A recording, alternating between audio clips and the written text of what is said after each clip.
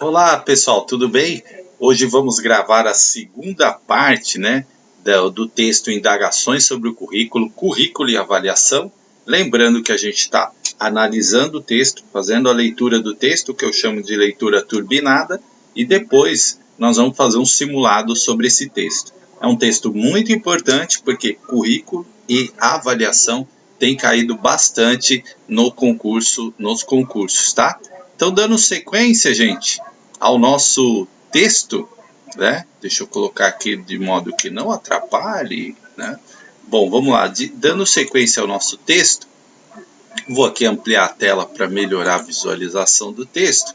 Então, a segunda parte fala sobre a avaliação e o papel da educação escolar, que relações se estabelecem. Só para vocês terem entendimento, o texto ele vai tratar essa concepção de avaliação, daquela avaliação que a gente tem que dar nota, aquela avaliação de mérito, aquela avaliação que a gente classifica. O texto faz uma crítica a esse tipo de avaliação.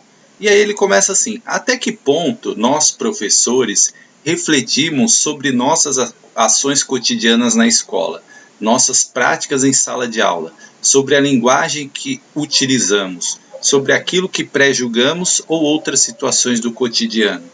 Então, veja, aqui falando dessa autoanálise, poderíamos dizer assim, até autoavaliação do nosso trabalho. Será que a gente faz isso? Como que a gente está atuando? Que forma? Então, o texto está provocando a gente a essa reflexão. Muitas vezes, nosso discurso expressa aquilo que entendemos como adequado em educação e aquilo que almejamos. Isso tem seu mérito. Contudo, nossas práticas imbuídas de concepções, representações e sentidos, ou seja, repletas de ações que fazem parte de nossa cultura e de nossas crenças, expressam um certo modo de ver o mundo.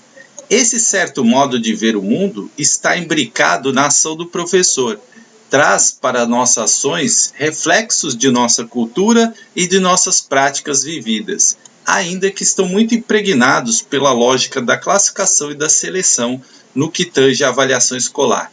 Então, o autor está falando aqui, os autores, da questão das nossas crenças em relação à avaliação. E quais são essas nossas crenças? Essa cultura que a gente tem na educação da lógica da classificação e da seleção. As melhores notas, os melhores classificados, os melhores desempenho. Então ele está questionando, para que a gente faça uma reflexão sobre este modo que a gente tem de ver a educação e a classificação. E aí ele vai falar assim, um exemplo diz respeito ao uso das notas que coloca os avaliados em uma situação classificatória. Então, exatamente o que eu acabei de falar. A nossa cultura merocrática, ou seja, atribuir notas de acordo com as provas para os alunos. E aí tirar daí os melhores e os piores avaliados. Naturaliza o uso das notas a fim de classificar os melhores e os piores avaliados. Em termos de educação escolar, os melhores seguirão em frente, os piores voltarão para o início da fila, refazendo todo o caminho percorrido ao longo de um período de estudos. E aqui ele fala, nas entrelinhas, da questão da reprovação. Veja, gente, quando a gente está prestando um concurso público, a gente tem que ter em mente o que o autor está falando aqui. Nós temos nossas concepções. E eu sei que muita gente que assiste o vídeo acredita na questão da meritocracia, das notas e tal. O texto, e isso nós educadores temos que entender, ele nos provoca a reflexão. Será que este é o melhor caminho? E aí a reflexão é: quando eu classifico os melhores e os piores, eu estou contribuindo para melhorar a educação, para melhorar a sociedade, para promover a inclusão, para promover uma melhora social ou não? É isso que nós temos que refletir. E claro que o texto vai conduzir a linha dizendo assim, olha, esse modelo de avaliação, ele é limitado, ele é restrito. Porque, gente, a concepção de avaliação não é só atribuir nota. A gente não pode olhar para a avaliação e ver só atribuição de nota, só meritocracia. A gente tem que olhar a avaliação muito mais ampla. Lembra que eu sempre falo nas minhas aulas, pensa na educação brasileira, nos autores pedagógicos, tanto nacionais quanto internacionais, a concepção deles de educação é sempre ampla. E a avaliação, esse instrumento importante, não é diferente. Ela não pode ser restrita a uma função que é só meramente classificar e atribuir lá notas e valores, tá?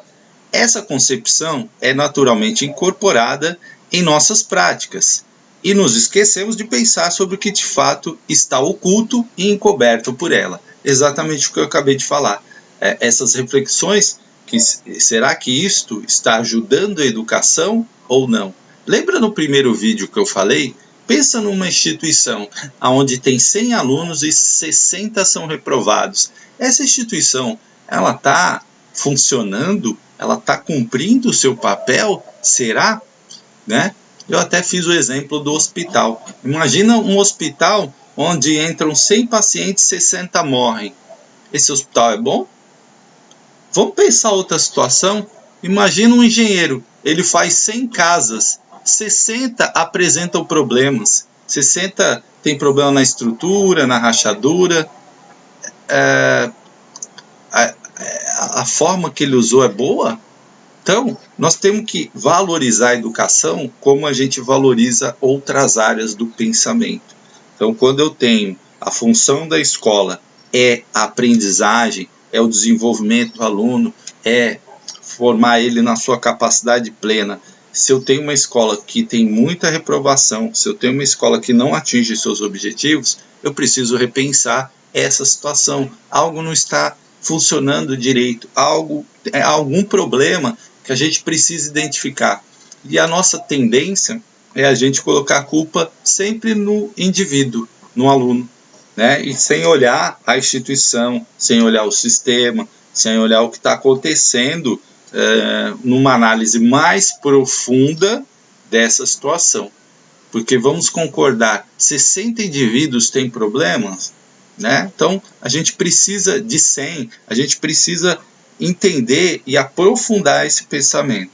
Em nossa sociedade, de um modo geral, ainda é bastante comum as pessoas entenderem que não se pode avaliar sem que os estudantes recebam uma nota pela sua produção.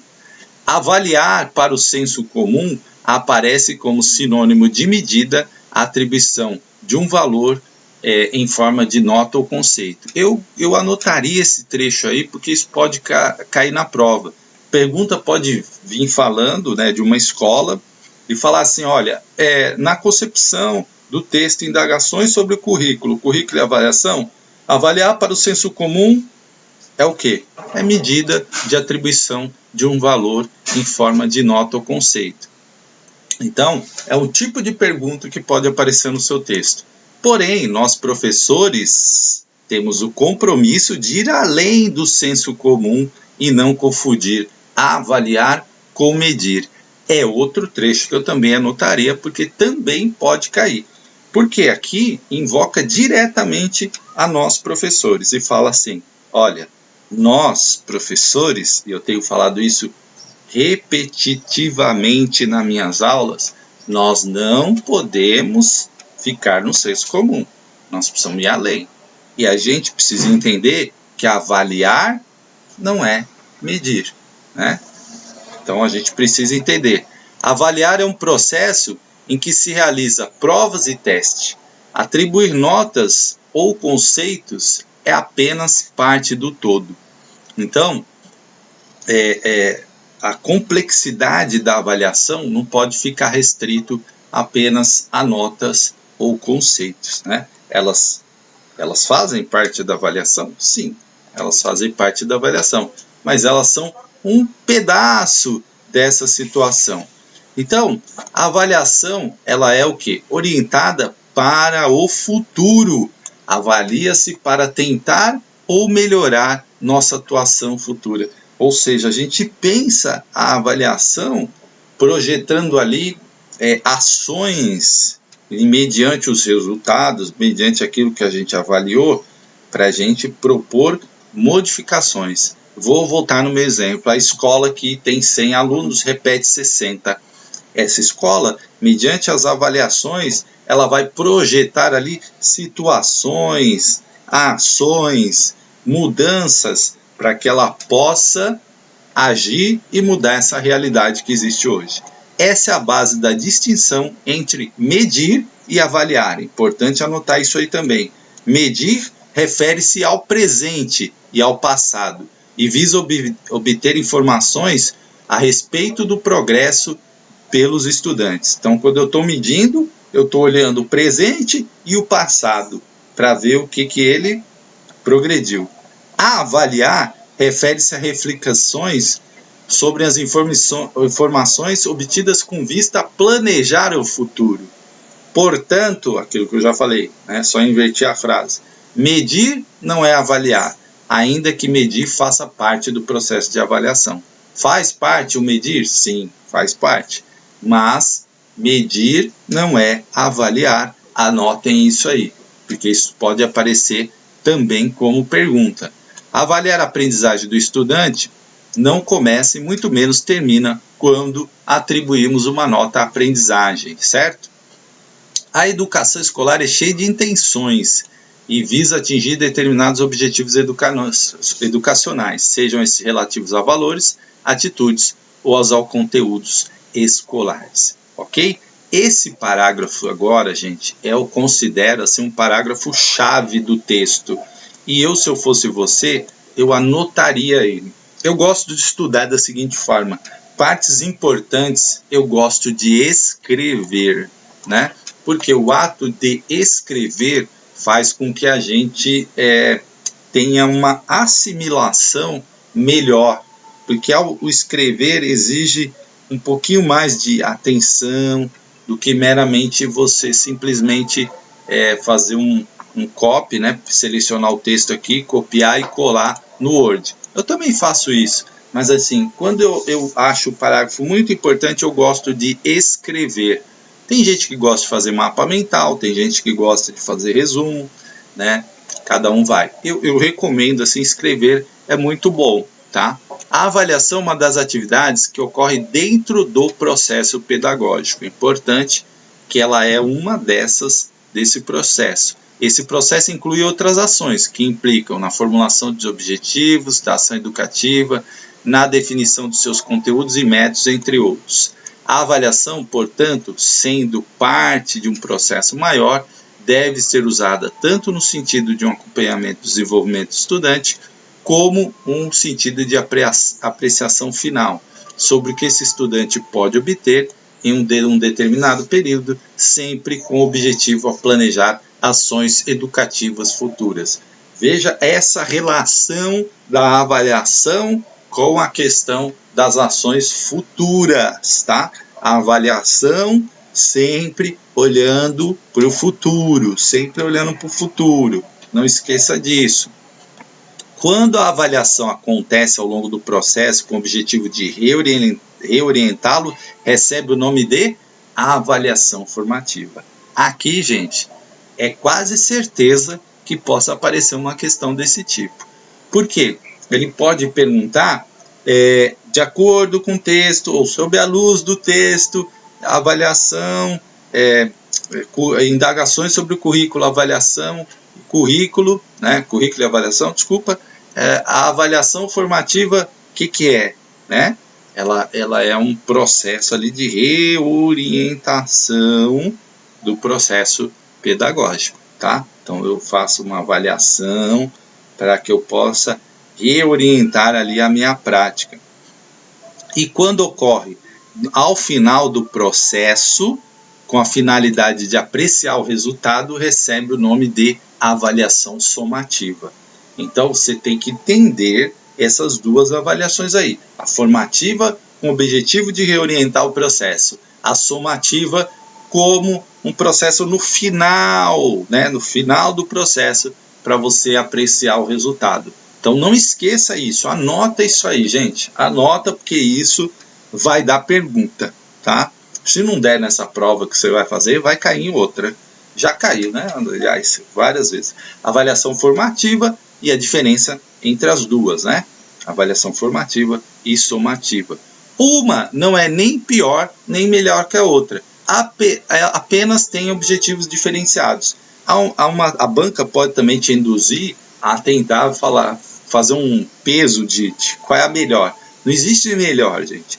Existe objetivos diferentes. A formativa tem um objetivo e a somativa tem outro objetivo, né?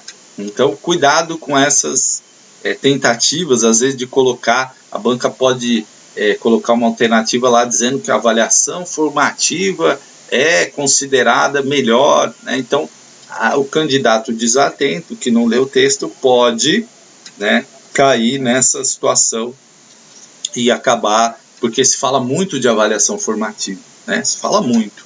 E aí o candidato pode ser induzido ao erro, e as bancas sabem disso, então é importante você ficar atento. Concepção de educação e avaliação. Para instaurar um debate no interior da escola sobre as práticas correntes da avaliação, é necessário que explicitemos nosso conceito de avaliação. Qual é a função da avaliação a partir da educação escolar na sociedade atual? Às vezes, aquilo que parece óbvio não é tanto assim. Para que é feita a avaliação na escola? Qual o lugar da avaliação no processo de ensino-aprendizagem? Então, olha só, são várias reflexões que o texto coloca para fazer com que a gente entenda o sentido da avaliação. Então, o texto provoca qual é, né? Como é a avaliação feita na escola? Qual é o lugar da avaliação? E aí ele coloca aqui, ó, tradicionalmente, nossas experiências e avaliações são por uma concepção que classifica as aprendizagens certas ou erradas, e dessa forma termina por separar aqueles estudantes que aprendem os conteúdos programados para a série que encontram daqueles que não aprenderam. Essa perspectiva de avaliação classificatória e seletiva muitas vezes se torna um fator de exclusão escolar. Por quê, gente? Isso é importante, porque coloca aqueles alunos que conseguem, aqueles alunos que aprendem e aqueles alunos que não aprendem. Você imagina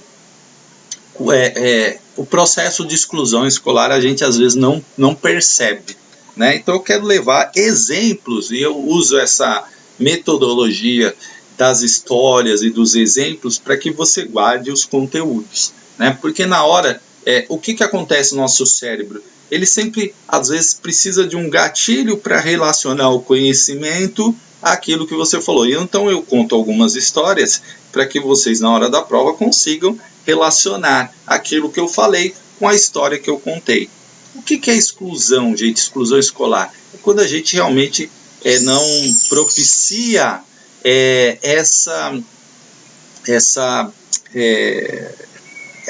possibilidade do aluno aprender. E o aluno que tem baixas notas e tal, ele vai se sentindo cada vez mais fora daquele ambiente, até que ele pode evadir, abandonar a escola, se desestimular nos estudos. E eu queria aqui contar uma história, né? É muito comum, quando a gente é criança, a gente gostar de esporte. Eu adorava esporte, adorava futebol. Mas eu não era um bom jogador de futebol. Não era um bom jogador. E o que acontecia na turma, né? Quando ia escolher o time? Lembra que colocavam um de um lado, outro do outro? Os melhores tiravam para o ímpar. E já era uma situação, né? Porque eu nunca era o melhor. E aí, para o ímpar, tal, vai escolhendo. Como eu era ruim de futebol, eu era sempre o último a ser escolhido. Isso me dava uma situação de frustração muito grande, porque as pessoas iam escolhendo, né? Aí sobrava lá o Fábio e mais um outro lá que também era perna de pau. Aí a gente, né? Quando era o penúltimo, a gente se sentia até bem, fala, nossa, hoje eu não fui o último. Mas aquilo é um processo de exclusão e que vai te dando uma questão de autoestima, que, por exemplo, eu tive que trabalhar bastante, né, de baixa autoestima, porque você se sente diminuído, né? E isso acontece na escola. O aluno que não consegue se destacar, né? Às vezes até na escolha de grupo a gente tem que ter muito cuidado com isso. As pessoas querem ficar no grupo daqueles que são, né? Opa, aquele grupo lá. E aí tem aqueles que são sempre excluídos do grupo. Então, muito cuidado com isso, tá? Entretanto, é possível concebermos uma perspectiva de avaliação cuja vivência seja marcada pela lógica da inclusão, do diálogo, da construção, da autonomia, da mediação, da participação, da construção da responsabilidade com o coletivo, tá? Então, olha só, é importante que vocês anotem isso. A avaliação num processo de inclusão, diálogo, construção da autonomia, mediação, participação, construção da responsabilidade coletiva. Tudo alinhado com a nossa legislação, os nossos autores pedagógicos. Veja, a ideia é a mesma. Se você conseguir ter a ideia que o texto está passando de avaliação, dificilmente você vai errar uma questão desse texto, tá? Tal perspectiva de avaliação alia-se com uma proposta de uma escola mais democrática, inclusiva, que considera as infindáveis possibilidades de realização de aprendizagem por parte dos estudantes.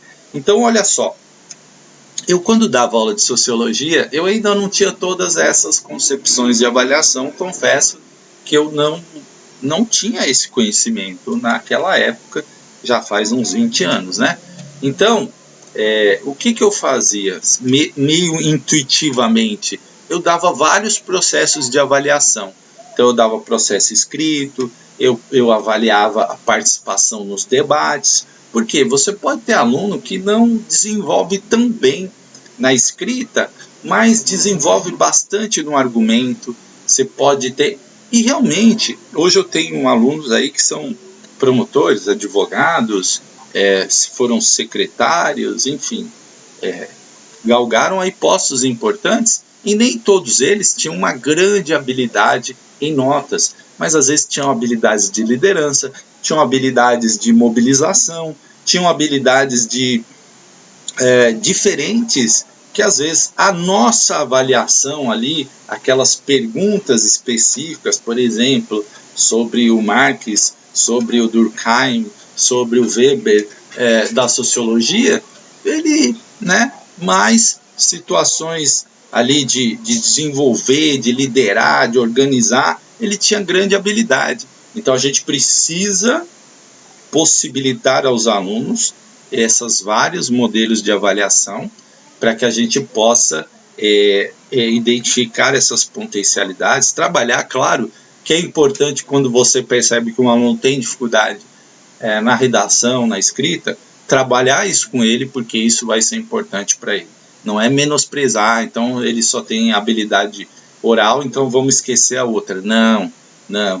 É justamente isso. A avaliação vai identificar essa dificuldade e vamos trabalhar com ele essa questão. Ele já é bom no oral, então vamos trabalhar com ele a escrita para que ele tenha uma potencialidade maior nesse desenvolvimento. É como a gente no concurso. O que eu preciso trabalhar, né? A matemática, então vou trabalhar a matemática. Eu identifiquei nas minhas avaliações que eu tenho uma dificuldade na matemática, certo? Essa concepção de avaliação parte do princípio de que todas as pessoas são capazes de aprender e que de ações educativas, estratégias de ensino, os conteúdos das disciplinas devem ser planejados a partir dessas infinitas possibilidades de aprender dos estudantes. Exatamente o que eu falei. Todo mundo tem a capacidade de desenvolver e aprender, né? Todo mundo tem. É que a gente precisa trabalhar as nossas habilidades, certo? Algumas a gente já tem mais desenvolvida, outras a gente tem menos desenvolvida. Vou voltar no exemplo do futebol. Na época, é claro, eu era uma criança, não tinha essa concepção. Mas eu poderia, por exemplo, começar a treinar mais, né, futebol para tentar melhorar e traçar um objetivo de não ser o último a ser escolhido. Isso é uma meta, né? Então, é claro que não se dá para exigir isso de uma criança, mas hoje a gente pode instruir, inclusive, nossos alunos sobre essas questões. Pode-se perceber, portanto, que as intenções e uso das avaliações estão fortemente influenciados pelas concepções de educação que orientam sua aplicação. Hoje é voz corrente afirmar que a avaliação não deve ser usada com o objetivo de punir, de classificar ou excluir. E, gente, aqui a Jussara Hoffmann fala isso, tem muita gente que usa a avaliação como modo de punição. Olha, vocês estão bagunçando, então eu vou dar uma prova. Olha, vocês não estão se comportando, então eu vou fazer uma prova muito difícil. Gente, a gente destrói a questão da avaliação desse jeito. A avaliação não é instrumento de punição, de classificação ou de exclusão. E isso precisa estar muito claro para vocês, porque isso pode aparecer com pergunta. Usualmente associa-se mais avaliação somativas a esses objetivos excludentes. Entretanto, tanto a avaliação somativa quanto a formativa podem levar a processos de exclusão e classificação na dependência das concepções que norteiam o processo educativo. Então, gente, não é só garantir, eu faço a avaliação formativa e somativa e isso não vai excluir. Não, se você não mudar a concepção da educação, a exclusão vai continuar, certo? Vai continuar, só muda, os nomes ficam mais bonitos, mas a exclusão continua. Então tem aqui, destacado, se eu fosse vocês, eu anotava essa questão. A prática da avaliação pode acontecer de diferentes maneiras, deve estar relacionada com a perspectiva para nós coerente com os princípios de aprendizagem que adotamos e com o entendimento da função que a escola deve ter na sociedade. Então, eu coloquei aqui para vocês já esses fatores, já dei uma explicada. Se a gente pensa na educação como uma sociedade diversificada, se a gente entende que cada aluno tem o seu tempo de aprendizado, se a gente entende que cada aluno ali tem um potencial, pode desenvolver, pode aprender, se a gente entende a avaliação como esse processo de inclusão, com esse processo de formação, com esse processo de olhar a avaliação e trabalhar pedagogicamente os estudantes, os seus potenciais, as suas dificuldades, então eu tenho uma avaliação democrática, formativa, inclusiva, diagnóstica, tudo isso. Agora, se eu apenas classifico e seleciono os estudantes, aí eu estou fora dessa linha e aí eu estou num processo de exclusão. Então, olha o que ele fala aqui, estudantes aprendem de variadas formas, em tempos, nem sempre são tão homogêneos, a partir de diferentes vivências pessoais e experiências anteriores. E com isso, entendemos que o papel da escola deve ser de incluir, de promover crescimento, desenvolver potencialidades para que os sujeitos realizem aprendizagens vida fora, socializar experiências, de perpetuar e construir cultura. Devemos entender a avaliação como promotora desses princípios, certo? Então, a avaliação não pode ser vista apenas como um instrumento meramente classificatório. Entender e realizar uma prática avaliativa ao longo do processo é pautar o planejamento dessa avaliação, bem como construir seus instrumentos, partindo das interações que vão se construindo no interior da sala de aula com os estudantes e suas possibilidades de entendimentos de conteúdos que estão sendo trabalhados. Eu tenho repetido bastante isso, né? Ou seja, a partir da avaliação eu posso fazer o meu replanejamento, a partir das interações, vendo aquelas potencialidades, as dificuldades, as necessidades, eu consigo ali, né, trabalhar esses meus alunos, potencializar aquilo que ele tem de bom. Vou voltar no exemplo aqui, um aluno que é muito bom ali no debate, no discurso, fala bem, articula bem, mas não é bom na escrita. Então, você potencializa isso. Ó como você fala bem, você discute bem. Então, ó, você estimula o aluno. Ó, mas você precisa melhorar aqui a escrita e tal. Você precisa ler, né? Você dá instrumentos para ele se desenvolver. Ele se anima. Aquilo que eu falei da autoestima, né? A gente não exclui, a gente dá possibilidades. Ele vê que ele tem coisas boas para serem trabalhadas, e isso é importante, certo? A avaliação tem como foco fornecer informações acerca das ações de aprendizagem. Então, essa frase eu também anotaria, que é importante. Ela é um instrumento para a gente obter o mapa, né, o raio-x da nossa aprendizagem. E, portanto, não pode ser realizada apenas ao final do processo, sob pena de perder seu propósito, certo? Segundo a Lau, né, os processos de avaliação formativa são concebidos para permitir ajustamentos sucessivos durante o desenvolvimento e a experimentação do currículo. Então, outra coisa importante para você anotar, a gente já está falando isso, né? Às vezes você precisa fazer um ajuste ali no currículo, dependendo dos interesses, né?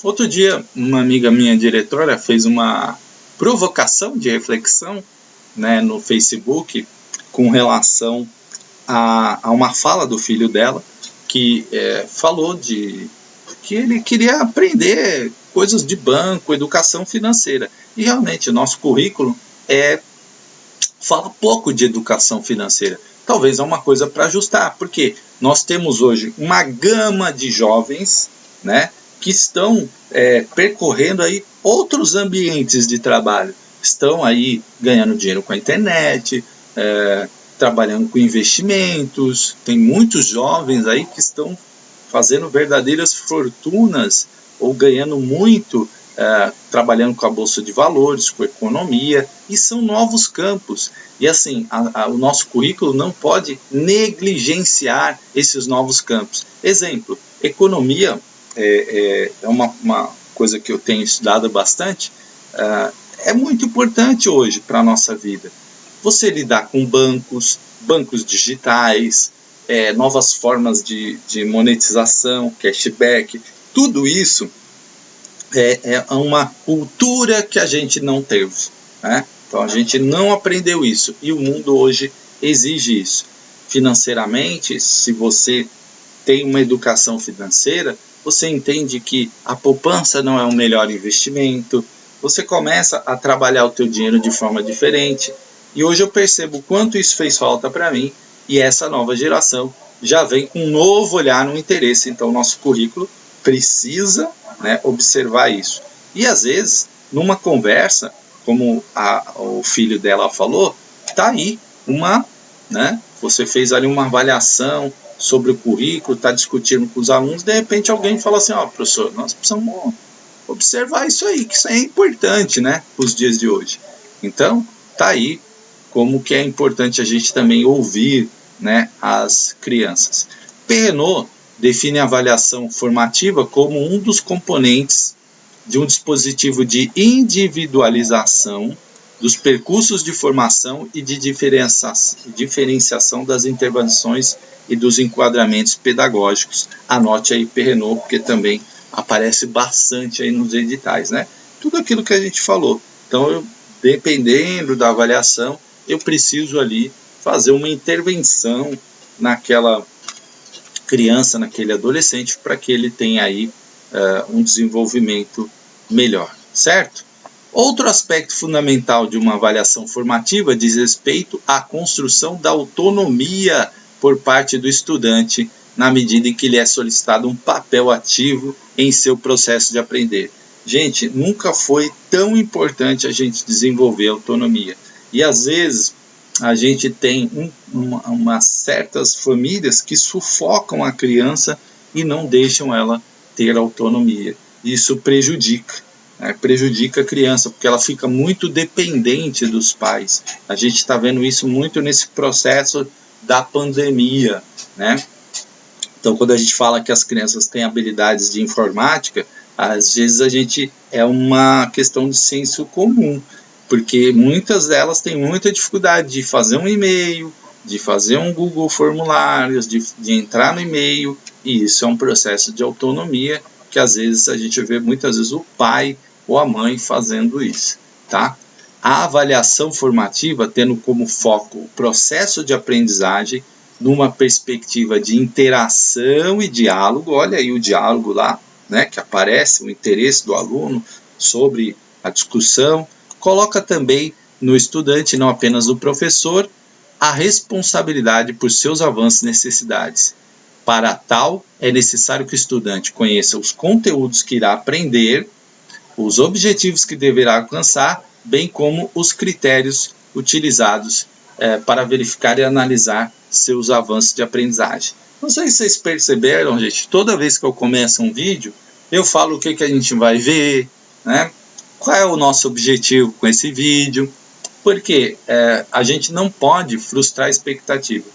Então eu falo, é uma leitura turbinada, é uma leitura combinada, para que as pessoas não tenham a expectativa que eu vou chegar aqui e vou passar a fórmula mágica, porque eu defendo e acho importante que você conheça o texto.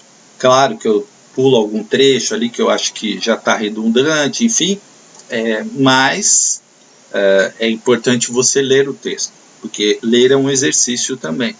Então não é só assistir videoaula, você precisa ler. E aí eu sempre procuro falar no início do texto o que eu vou fazer.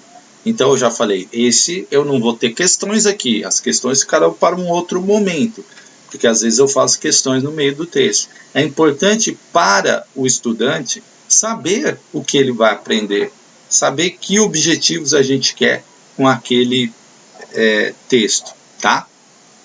Ou com aquela aula, né? Nessa perspectiva, a autoavaliação torna-se uma ferramenta importante, capaz de propiciar maior responsabilidade aos estudantes acerca de seu próprio processo de aprendizagem e de construção de autonomia. Anotem isso aqui, ó, da autoavaliação, porque é importante, tá, gente? Pode aparecer como pergunta, né, sobre a autoavaliação. Falei bastante no primeiro vídeo sobre isso, tá?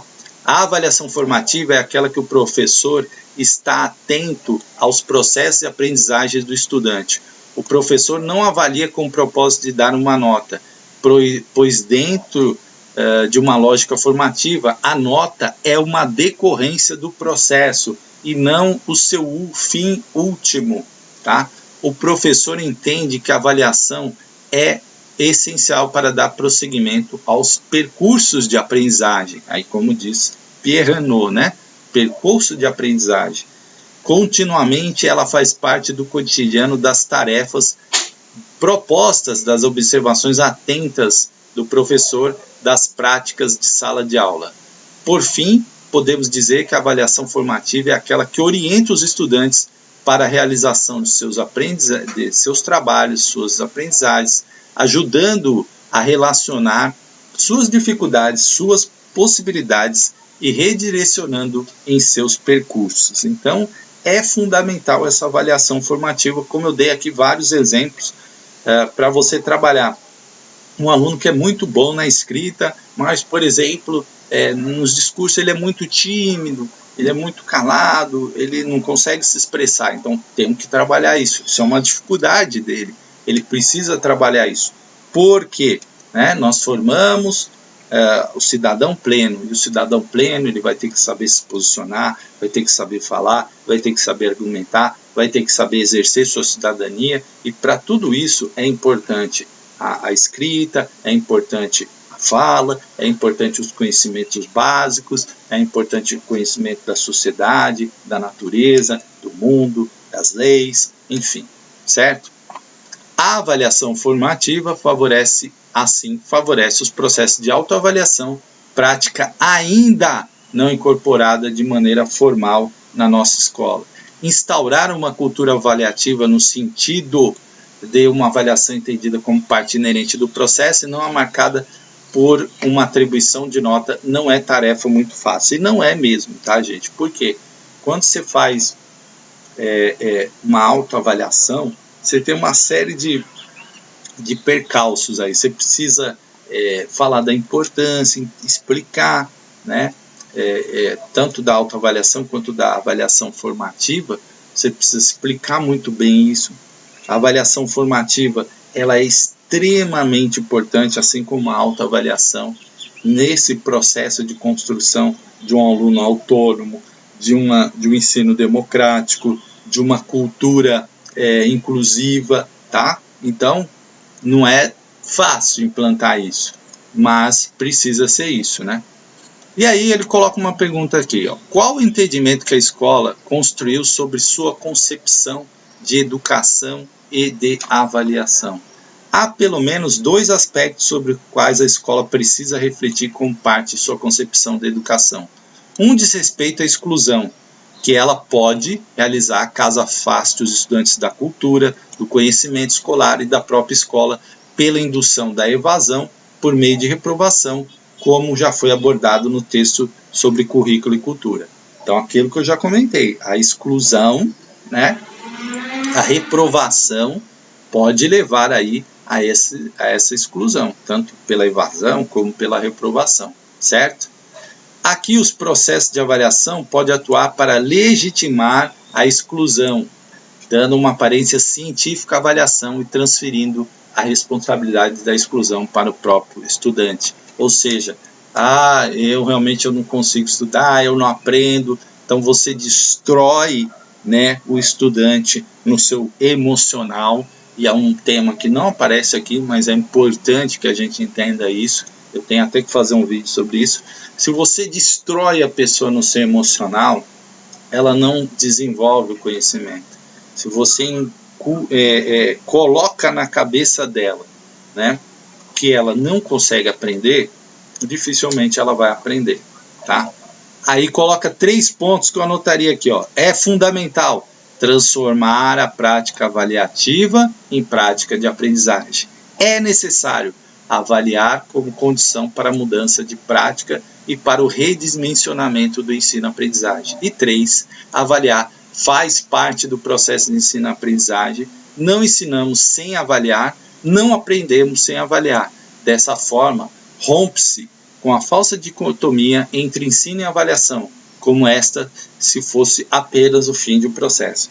Olha que importante esse terceiro. Não aprendemos sem avaliar.